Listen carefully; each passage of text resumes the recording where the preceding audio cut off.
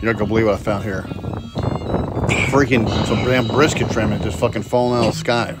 My neighbor came over and told me about them, and I was wondering what the hell.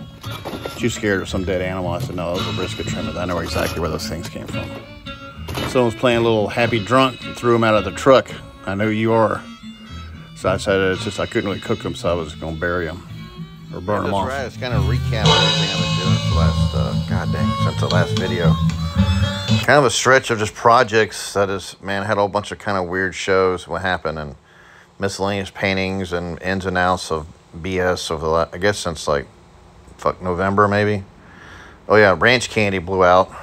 That episode's finally over.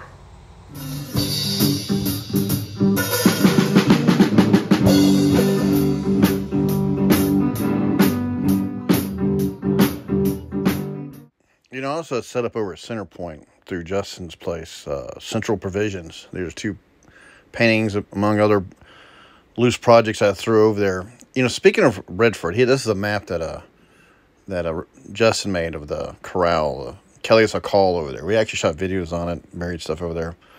But, you know, one of the things that's funny, I started talking to some people about Redford. And, man, I got to get my ass over there and just do a kind of a final recap or something because Enrique's gone and that whole complex we used to stay at is, like, caving in. It's just really, I talked to some dudes about it, and it's just like, holy mackerel. I owe so much to Redford for basically inventing bringing me here in Big Bend area. We need to do something, need to go over there and hang out or do something. Oh, yeah, so there's all Justin's work over there at he's hanging at his main place, bro. It's funny, but you see that hog painting there? That hog painting, this is like this is just kind of how warped and weird it is. Because, you know, where I'm located and where Justin is, you get all these tourists in. You got all these people like, you know, Texas is going through a big boom right now. There's like people from East Coast, West Coast invading this place, trying to find way. You got a lot of new people here trying to, I don't know, they're spending money like crazy. And so Justin had told me that damn hog painting, that some dude walked in there, loved it, wanted to hang it in his new house around Kerrville or something, gave him like $2,800 in cash with his phone number, said he'd come back and pick it up. And he said he never came back. He just gave him the money and just walked out, and then he just never even bothered to get it. I'm like, well, how could someone... We just looked at each other, like, man, that's what I try to tell Red Mud, is there's so many people out here that to them, they could drop $10,000 on a fucking painting and then turn around, get an argument with their wife, and the wife would take it and chunk it in their fucking Olympic swimming pool. I mean, that's literally, you know, I always used to get so blown away that if something sold for $200, but now it's just like, I start to deal a bit more with tough skin. Maybe I'm getting a little arrogant about it, but...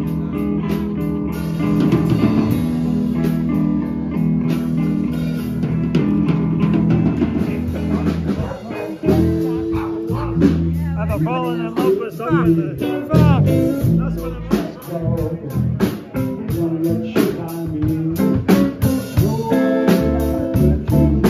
Another thing, I'm still on the ditch set. Can you believe it or not? I'm doing a lot of charcoals related to it. This is one on Jack's Roadhouse, just like lucid sketches related to it.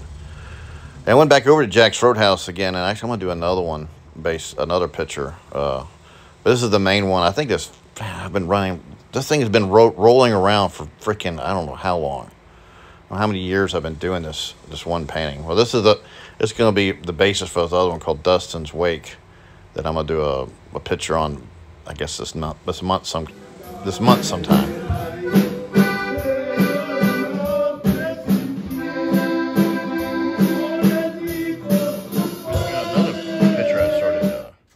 I guess it's like a video still from this movie I did, or a little video here on here called goddamn, what's it called?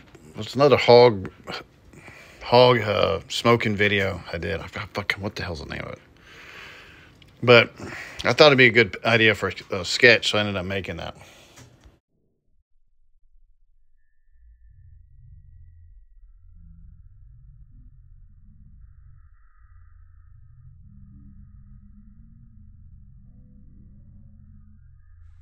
Another cool thing is, boy, El Diablo, legendary El Diablo is, man, I've probably produced a ton of, at least 500 or 600 of these cards and sold them out to the stores and whatnot.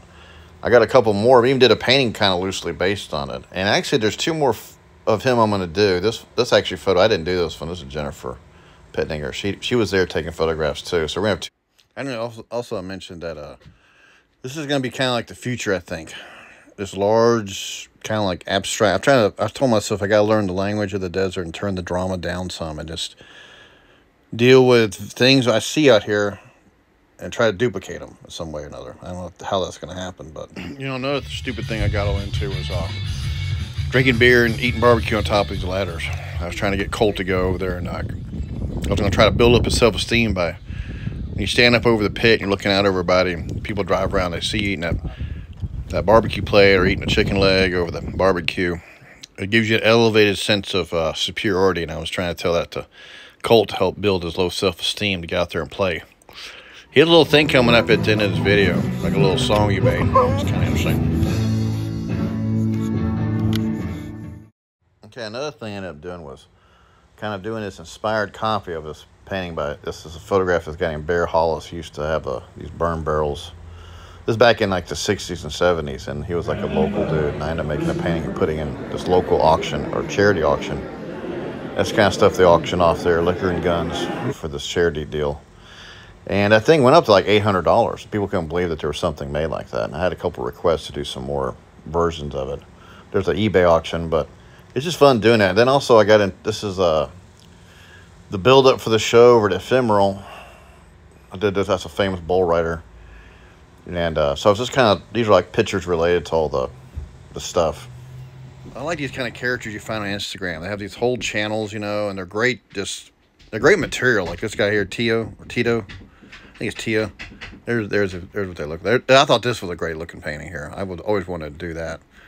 Just see two guys hanging out next to this cow skull.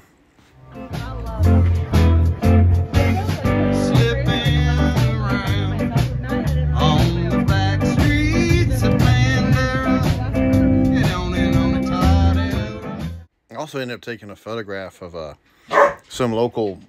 Oh fuck, the damn dogs! That always happens. So I was gonna take these two photographs. These two guys playing over at one of the locals event, and I thought, man, I should do something like them two guys playing, and then have like Henry Clay. There's a photo of Henry Clay. Combine it together and make like a postcard and submit it out there, you know. And ended up selling the thing. It was, I don't know, it was one of my more interesting photos. Henry Clay drinking like a Lone Star, and two guys, I think it's called Drinking Buddies.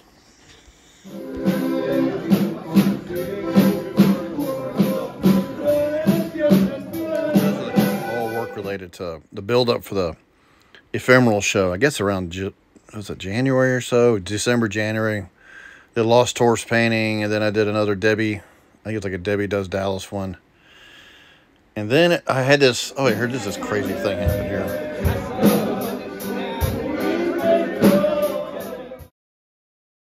I know, man, oh God, there's this one event that happened over there, I think in the fall. I actually got commissioned, or someone wanted to for me to cater. Believe me, that's the first time I've been paid to cater at my deal.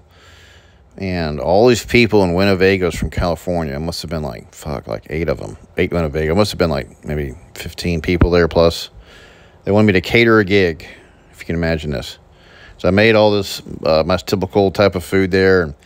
But I ended up getting so trashed in the process of doing it. I mean, I was like blanked out a couple times. And I was like panicked that all the people from California were going to eat something and get food poisoning or complain about something. And it was just, it was pretty interesting. I wasn't going to do it again because I just started realizing there was all these strange ladies walking around on my property. Went through my studio and kind of like, it was real public. And it was just like, I was starting to get real nervous. Like, what's going on here, you know? So the next day I woke up and I made sure everyone was fine. They didn't get sick or nothing like that. And it was sort of uncomfortable a little bit, but I don't think I'll do that again. But the lady who ran it, who brought the whole deal together, she told me they've stayed at a really high-end resort, you know, like restaurants. Everything cost them arm and a leg. But she said yours was the only real deal that they actually hung out with. It was like me, Clint, and my other local guys. And we were she said that was the realest event that they ever had in the entire trip there. So that's a compliment. Can't take an attitude down the burden now. So yeah, the ephemeral show, this is kind of some more photos of it. Andy put his stuff in. He had a whole bunch of work that he did. And he did pretty good with both. I mean, it was almost a sellout show. I mean, we had like 2 receptions. And I think one of the funny anecdotes about the whole story that I thought was funny, we were trying to give like an artist talk. There's actually a video of us having an artist talk. And everybody in that gallery knew Andy. And I was kind of an unknown guy. So a lot of questions were directed at me to try to talk. And this friend of ours, Savannah, kind of mediated the whole thing, and it was really funny, and it was a lot different than most artist talks, you know. We also did me and Andy did these collaboratives. I think it was like 2 or 3 of them. That he ended me a lot of his. I like a lot of his sketches, and some of them I formed into a picture, and I kind of painted on them, and some I kind of did a copy of his sketches, you know. There's a little, that's a picture of us when we had our arm wrestling thing at the very end of it, because it's kind of it was kind of a competition to some degree, even though Andy's not really a hyper competitive guy. But overall, it was pretty successful. And this one here, I actually entered this in the New American Painting catalog. That was one of the ones that went.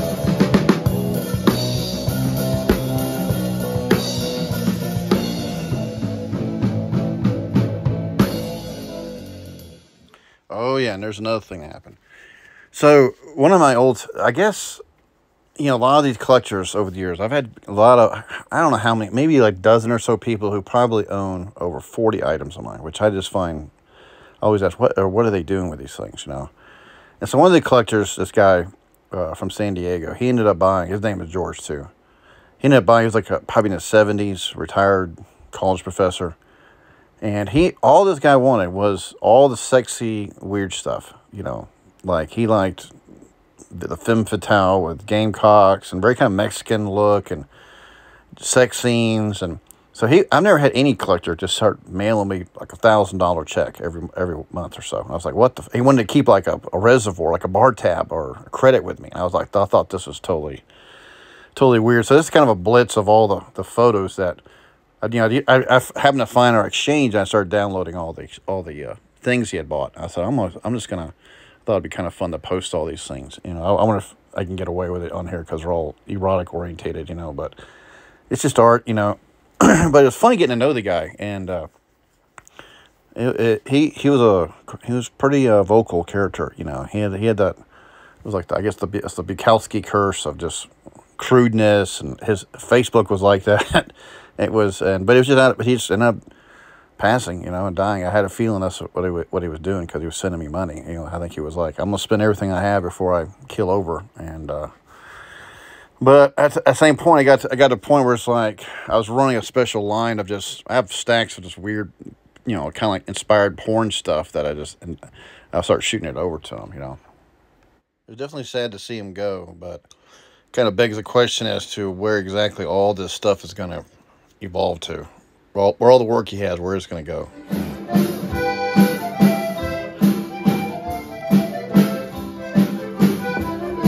guess I'm showing all the sexy stuff to show you this one picture here I ran across. Painted in 1993, lady in red briefs, acrylic.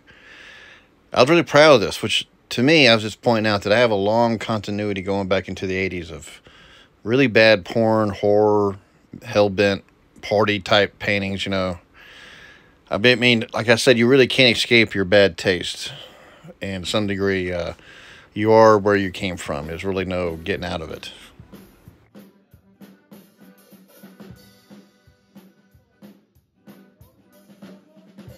Actually, you know, I don't know if I mentioned I got into New American Painting, that catalog, after 4 fucking times. And so I was looking at all the artist statements on there, and I started realizing, you know, I just wrote something pretty simple. I said, you know, I believe my work is about all the parties I didn't get to go to back in high school or was rejected or not invited to. That's really the basis of my work.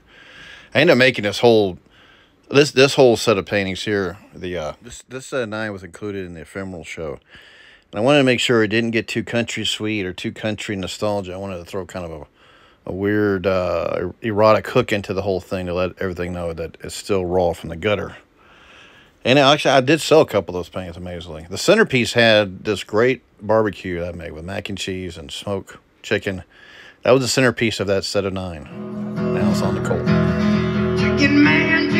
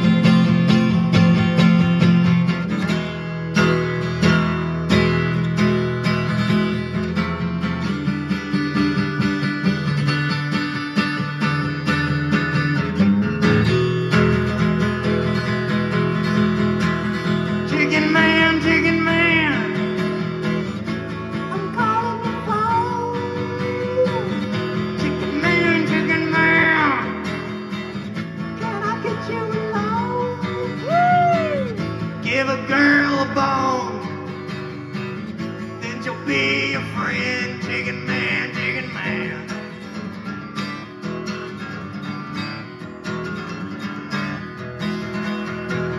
Chicken man, chicken